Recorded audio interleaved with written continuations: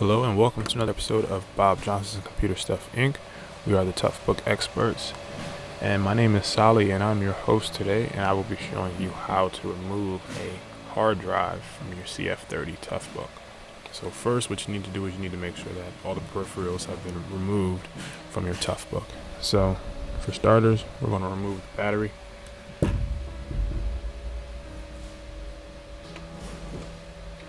need to open up this side latch right here. Remove the battery. Next, you want to remove the hard drive itself. So you're going to open up this side.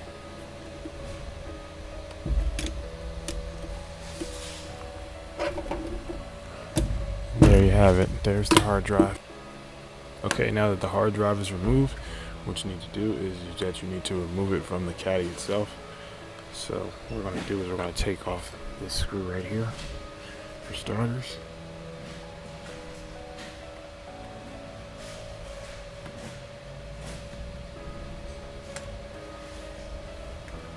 Next, you're going to have to remove these two long black screws on the opposite side.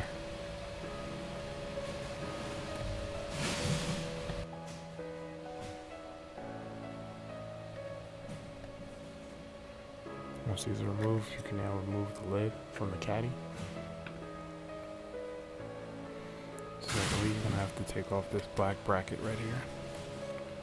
And by doing that, you're going to have to remove these. To do that, you're going to have to remove these screws that are holding it in place. Almost there.